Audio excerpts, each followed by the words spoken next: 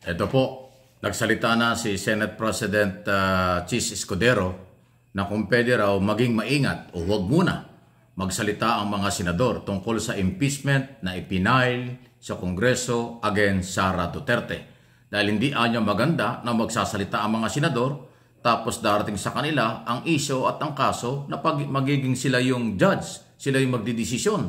Ito, pakinggan niyo ang paliwanag ng Senate President. May be filed against the Senate, at the risk of being accused of prejudging a case that might reach us. But should it reach us, the Constitution provides and our rules provide that we must hear it.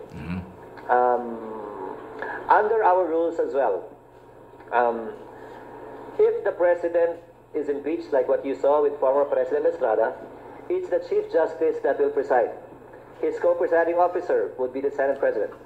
But if any official lower than the President is impeached, Vice President down to the Constitutional Commissioners, Justice of the Supreme Court, it will be the Senate President that will preside. A pair of reading glasses that... Malinaw.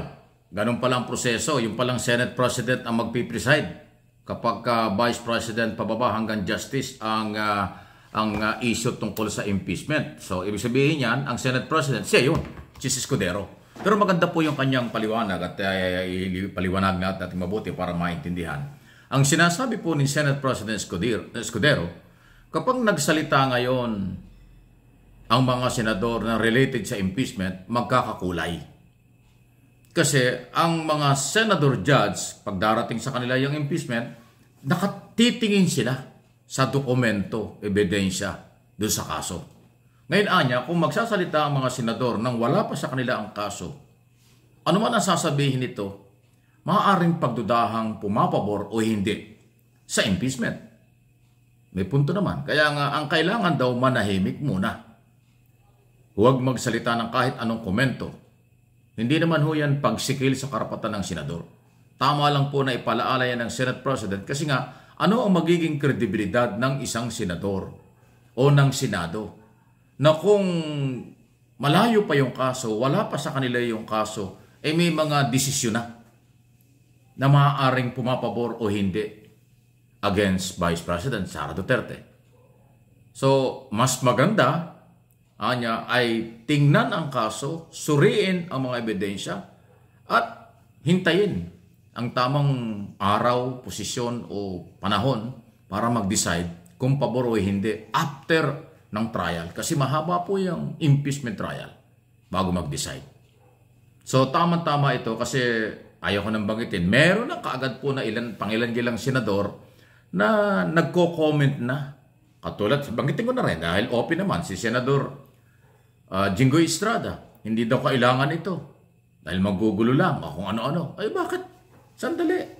Nasa saligang batas na merong mandato ang Kongreso na tanggapin ang impeachment complaint kapag merong nag-sponsor at kung minakita ang Committee on Justice o ang majority ng mga congressman na mga ebidensya ay talagang kailang ipapasa yung article of impeachment sa Senado para magkaroon po ng trial.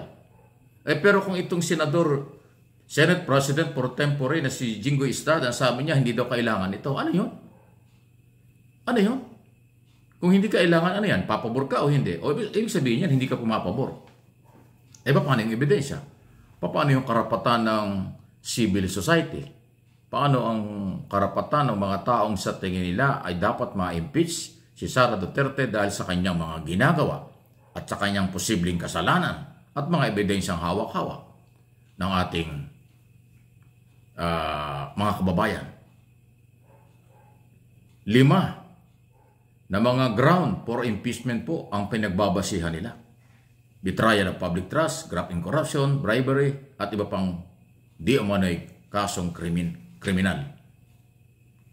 Di ba? Ngayon, tapos yung mga senador sasabihin, hindi daw kailangan ito. Ano yun?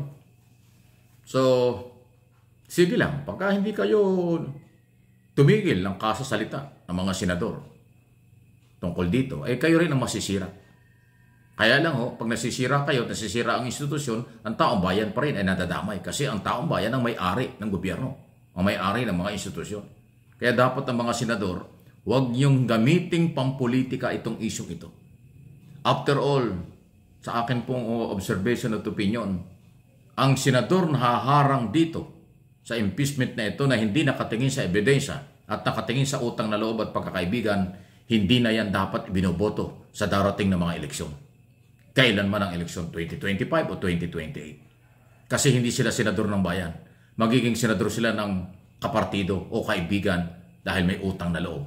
Ay hindi ho prinsipyo yan. Walang kakwenta-kwentang senador pagka ganon. Ang senador, bumoto ka ng pabor o hindi, base sa iyong pagsusuri sa dokumento after trial. Pero kung wala pa sa inyo yung kaso, wala pa yung trial, wala pa talagang pwedeng pagbasihan, sasabihin nyo hindi na kailangan. Aba, bias na bias yan, Mr. Senador. Kaya sana walang mahawa kay Jinggoy Estrada na ngayon pa lang nag-iingay na hindi mo malaman kung anong pinanghuhugutan. Isa lang, kaibigan niya ang mga Duterte. Isa lang, kapartido niya ang mga Duterte. Yun lang ba yun? Yun ba talaga, Senador?